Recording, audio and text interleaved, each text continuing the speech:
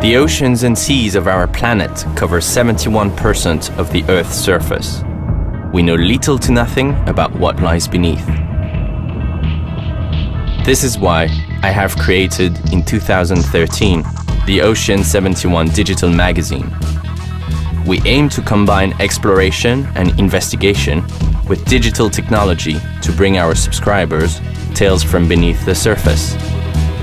To achieve this, we have converted a 12-meter yacht to a floating newsroom equipped with all the modcons to work in a digital era. Ocean 71 is made up of a team of journalists, sailors, divers and specialists.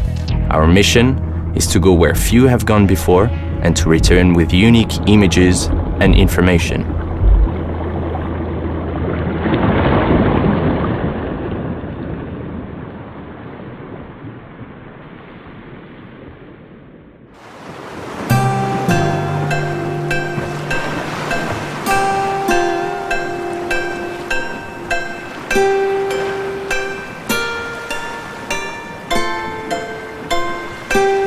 A year after our last visit to Albania, the Swiss and Albanian archaeologists are about to begin their excavations of the ancient city of Oricum. In 49 BC, in the midst of the Roman Civil War, this strategic port was pivotal to the course of history and the destiny of Julius Caesar. 2052 years later, modern Europe is plunged into an economic crisis, and the excavation of this ancient city is not high on priority lists for funding. As a result, the archaeologists are operating on a shoestring and have been forced to limit their dig to just 2 months. The pressure is on. Every second counts. The historic and archaeological importance of this site is in no way proportionate to the lack of funding. It is a huge find, and any archaeologist's dream having been frozen in time in Albania. A virgin site is absolutely unheard of these days. You wouldn't find one in Greece or Italy anymore. Oricum is very unique in the fact that we have a blank canvas to fill. We feel a bit like the pioneering archaeologists of the 18th and 19th century. It is a challenge, a very attractive one.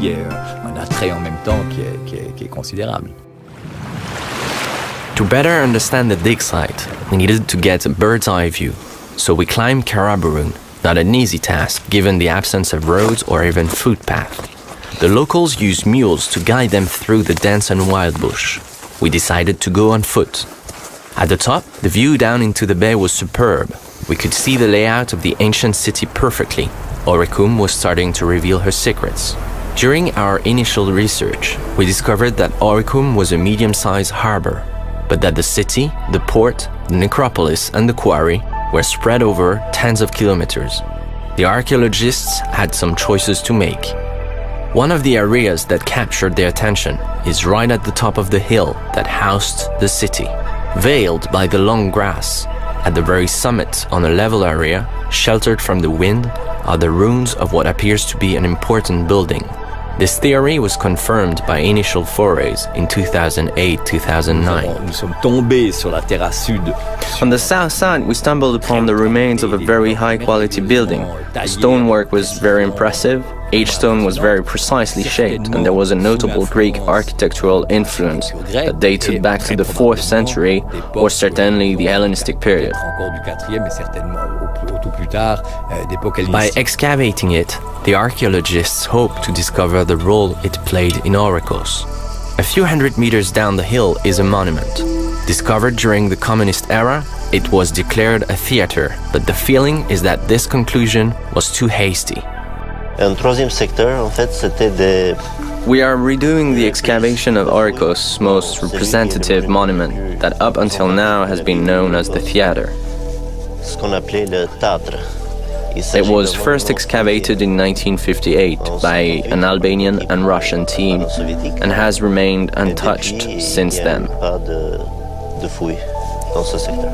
You can see right away that the excavation is incomplete because on the north side, the corridor serving the theater has not been revealed. We also know that there have been several phases of construction in this area, but we do not know exactly what relates to what. mais on savait pas trop quoi ça correspondait à quoi. For all these reasons, and because we seriously doubt that this monument is a theater, we are going to excavate this area as well. Initial research last year also revealed enormous ancient stone blocks beneath the undergrowth that appear to belong to the one-time city wall. In 2009, on the northeast slope, we discovered a section of extremely well-preserved wall. 6 well-cut blocks were still in place, leading us to believe that this was a fortified wall from the ancient Greek period. We were able to date the construction to between 120 and 100 BC. Here was a building that was worth exploring further. At the edge of the lagoon, other stone blocks poke up out of the water at 90-degree angles to the city. The team of archaeologists hopes to discover whether or not this is one of the harbor keys that Julius Caesar mentions several times in his records. The final element that the Swiss and Albanian team plans to excavate is the necropolis, which has already been pillaged. We know of the necropolis because of the tomb raiding that has occurred, and also because some excavation was done in the 90s. This year, the Forel Institute team, led by Jocelyne Desideri, checked the geomagnetic survey that was done in 2008-2009. One of the mission's goals is to check whether or not the geomagnetic anomalies would link to the remaining tombs. Using the survey, we targeted 1 or 2 locations to excavate in order to assess whether there really was a tomb, whether geologists placed one. We have to remember that tombs are built of brick and large tiles. This is the first goal. The second one is to document the raided tombs, because we can still get information. These 5 archaeological digs represent only a fraction of the Oricum site, but they will reveal some of the secrets of this unique place.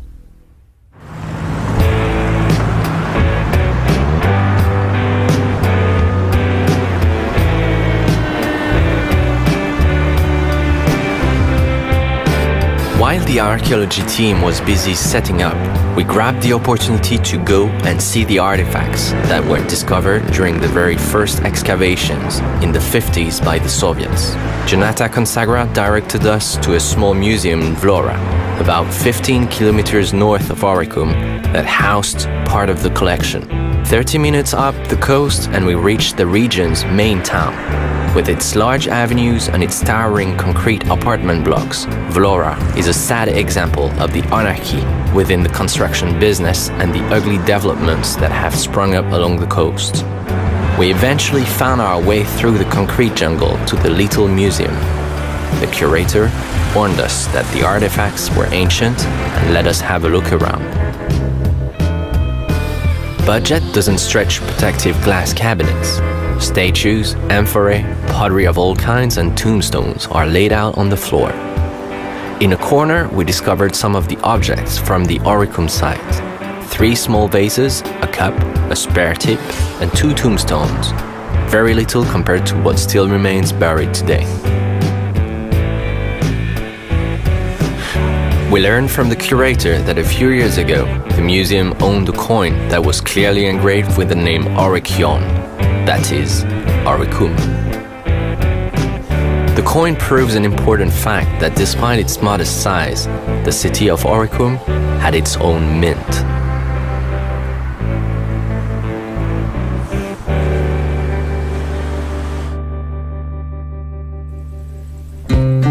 Back at the dig site, the team's first foray into the soil has revealed dozens of fragments of terracotta just a few centimeters beneath the surface. Despite appearances, these broken bits of pottery provide the archaeologists with the best possible clues to put a timeline to their path through history. La céramique, tout simplement, a l'avantage d'avoir une... Pottery has the advantage of having a very short lifespan. Un pot se casse, normalement, A pot usually breaks within a couple of years of being made, unlike a coin that can be in circulation for generations and has the disadvantage of being made of a precious metal, which means it is often melted down and recycled. Once pottery is broken, it is useless, but eternal. It can survive for thousands of years, and as it is in constant production by different workshops, a signature develops that allow us to date it very precisely.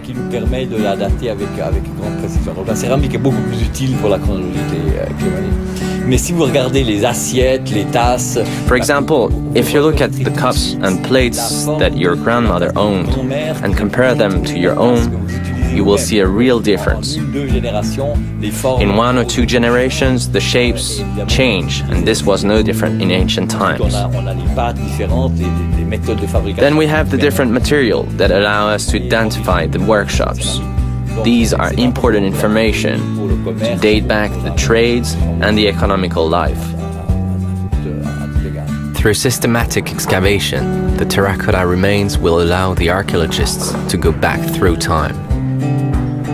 Starting from the deepest remains, we will discover when the buildings were constructed, when they were inhabited, abandoned, and finally when they were destroyed, all with an accuracy that beggars belief. An archaeologist's work is painstaking. The team will patiently collect thousands of pieces of a life-size puzzle, and each clue will help us to unravel and better understand history. Somewhere, still buried in the earth, we might find the link that connects the stories recorded by Julius Caesar with the facts. Our investigation begins now.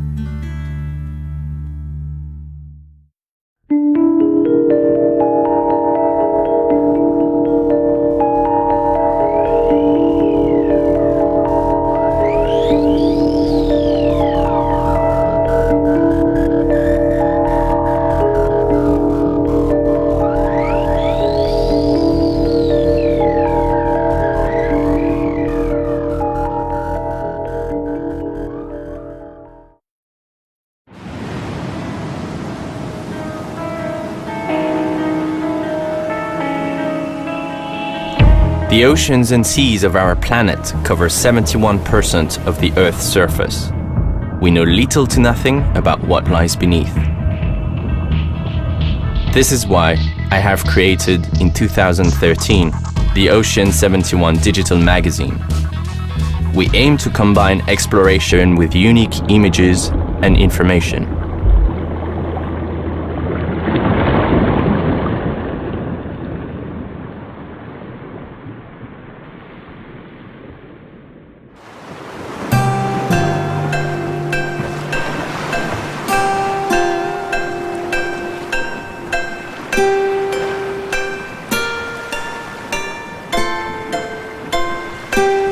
A year after our last visit to Albania, the Swiss and Albanian archaeologists are about to begin their excavations of the ancient city of Oricum. In 49 BC, in the midst of the Roman Civil War, this strategic port was pivotal to the course of history and the destiny of Julius Caesar.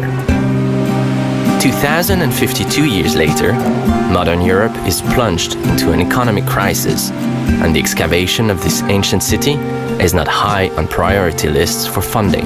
As a result, the archaeologists are operating on a shoestring and have been forced to limit their dig to just 2 months. The pressure is on. Every second counts. The historic and archaeological importance of this site is in no way proportionate to the lack of funding. It is a huge find and any archaeologist's dream, having been frozen in time in Albania. On a là une situation and investigation with digital technology to bring our subscribers tales from beneath the surface. To achieve this, we have converted a 12-meter yacht to a floating newsroom equipped with all the modcons to work in a digital era. Ocean 71 is made up of a team of journalists, sailors, divers and specialists. Our mission is to go where few have gone before and to return